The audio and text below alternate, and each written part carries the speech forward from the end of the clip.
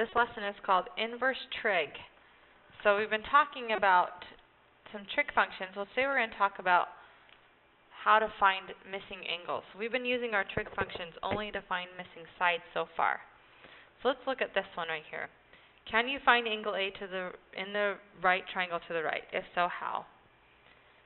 First thing we notice is that this side is 3, this side is 3, and this angle is 90.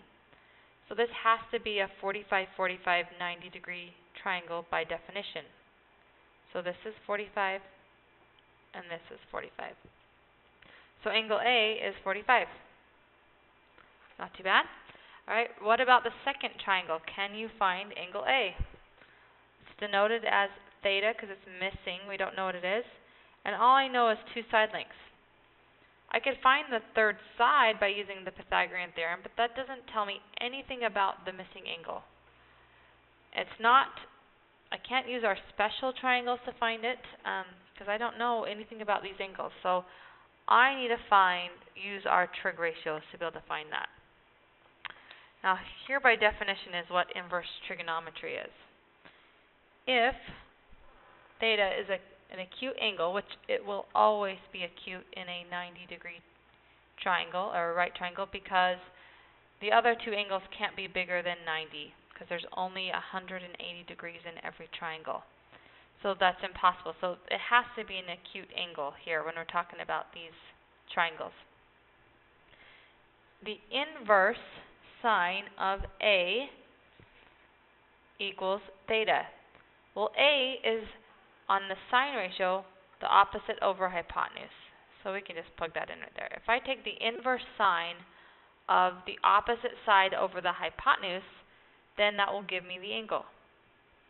It's the same idea with cosine and tangent here. Let's, I think, help us better just kind of look at a few examples of how this works. So on number 1, it says find measure of angle x. And I got to zoom in so you can even read what these little tiny numbers are. We've got 9 on one side and 5 on the other. And I'm looking for angle x right here. That's my reference angle. So it's still my reference angle, but let's look at what sides I'm given. This is the opposite and this is adjacent.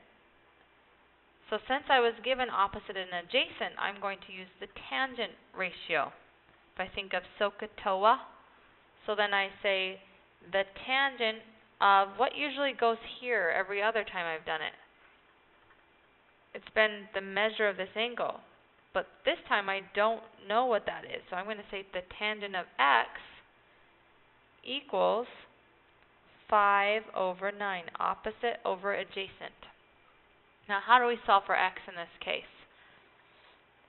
Just like when we multiply something, the inverse of that is divide. When we add, the inverse is subtract. So I'm going to take the inverse tangent of both sides. So if I take the inverse tangent, it's written like this, tangent inverse of this side, by definition, I just have x left over. So then I can take the inverse tangent of this side, and at that point I just put it in my calculator to find x. Now here's the tricky part of how do we put it in our calculator. I'll zoom out again so I can show you this part. Okay, so the problem says I need to take the inverse tangent of 5/9. So I'm going to hit this second button right here and the tangent. Now this is when that inverse tangent comes in handy. Let me clear out my screen really quick. Inverse tangent of 5/9. Now to do a fraction, I'm just going to go 5 divided by 9 in parentheses. And I'm going to get 29.05. So that's the measure of that angle. It's 29.05 degrees. It does say to round our answer to the nearest degree, so we're going to write it as 29 degrees. Okay, let's try number 2. I'm trying to find angle N. And I have a hypotenuse and I have an adjacent side. So that means the cosine. So I'm going to say the cosine of n, since I don't know what n is, equals 1.1 over 5.2. Now to find out what this is, I simply need to take the inverse cosine of both sides. This side's left with n, and this side is the inverse cosine of 1.1 over 5.2. Now I just put that in my calculator. And I'm going to say second cosine gives me inverse, and I put 1.1 divided by 5.2, close parentheses, and I get 77.8.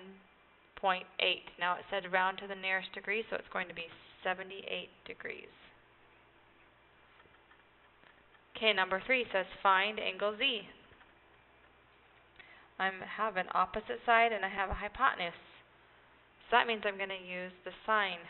I'm going to say the sine of Z equals 17 over 22. To find it, I'm going to take the inverse sine of that.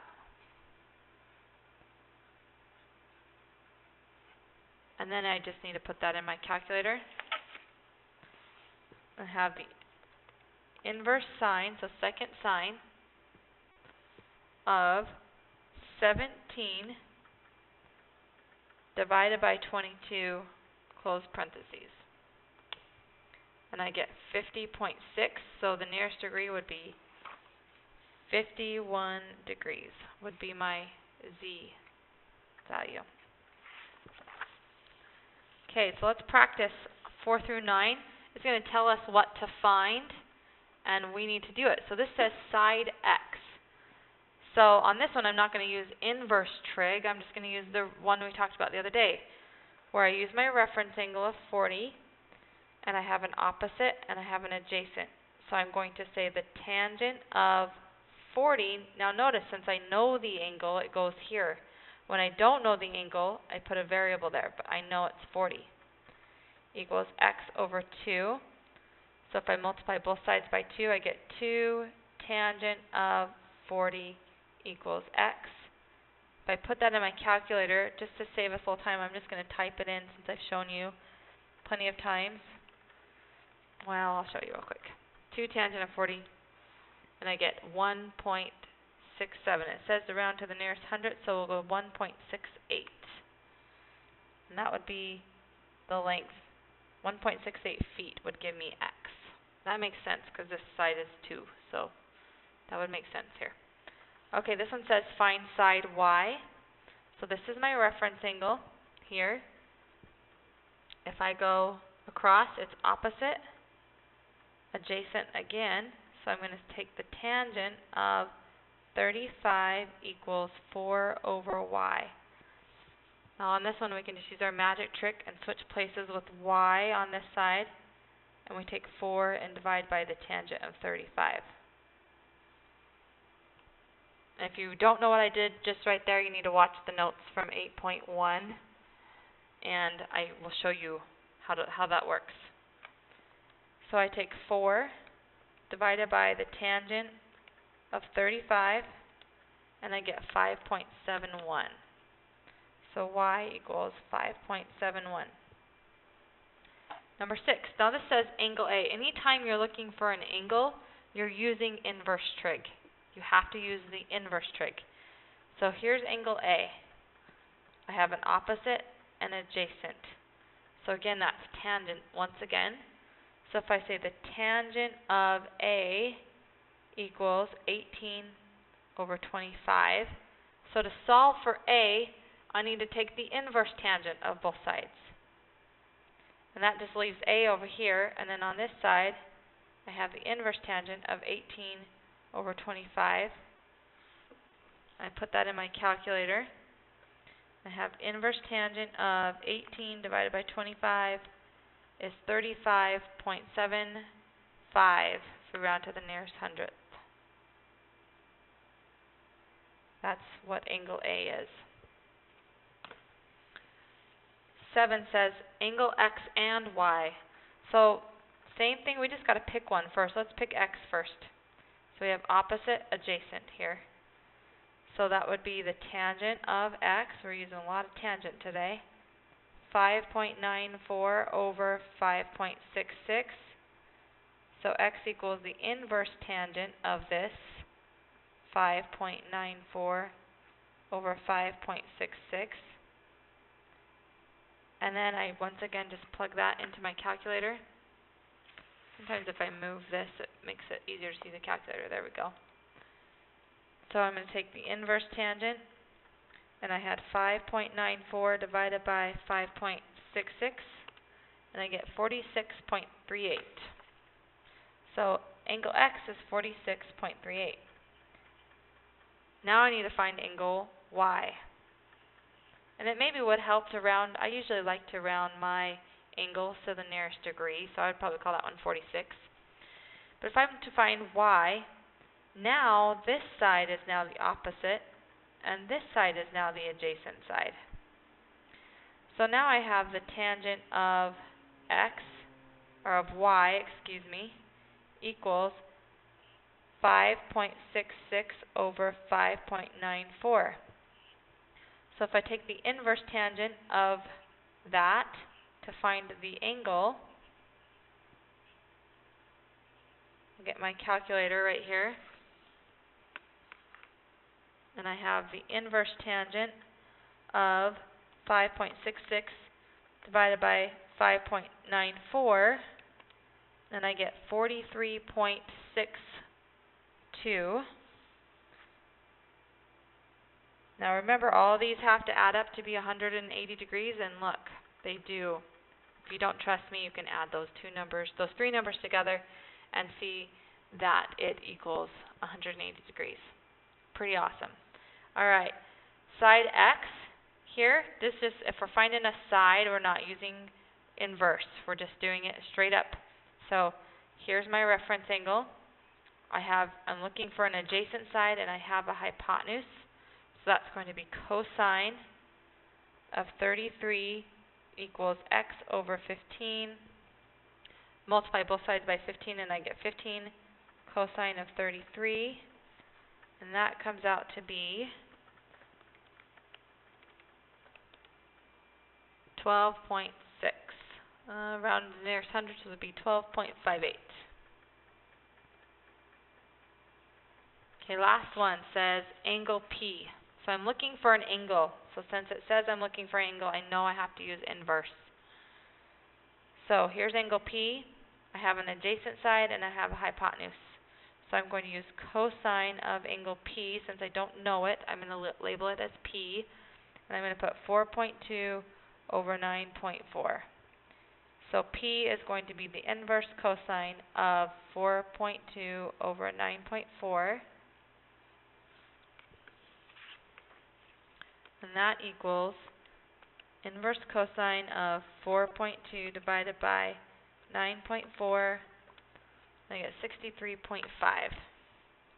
So angle P, the measure of angle P equals 63.46 if we're doing the nearest hundredth degrees. Number 10. Given the diagram, determine the measure of the angle that is formed by the leash and the ground. So it says determine the measure of the angle. I know I have to use inverse here. So let's call this C for cat, that angle. So we have adjacent and we have hypotenuse. So we're going to use cosine. The cosine of C equals 10 over 12. So C equals the inverse cosine of 10 over 12. And so C equals inverse cosine of 10 divided by 12, 33.56. What was that it told us? That's the measure of this angle right here. Okay, 11. Given the diagram, determine the height of the tree. So I'm just looking for x here. I'm not looking for an angle, I'm looking for a side. So that means I take my angle, my reference angle. I have an opposite side and an adjacent side, so that's tangent of 70 equals, because 70 is my angle measure, x over 20. So to solve for x, I get 20 tangent of 70 equals x. And if I put that in my calculator, 20 tangent of 70, I get 54.95 here. I'm trying to see what we round it to. I'd round that to the nearest foot. How about, let's say 55 feet. Okay, find each angle measure given the trig ratio. So on this one, it's a decimal, but it's not anything different. To find b, I'm just going to take the inverse sine of 0.4848.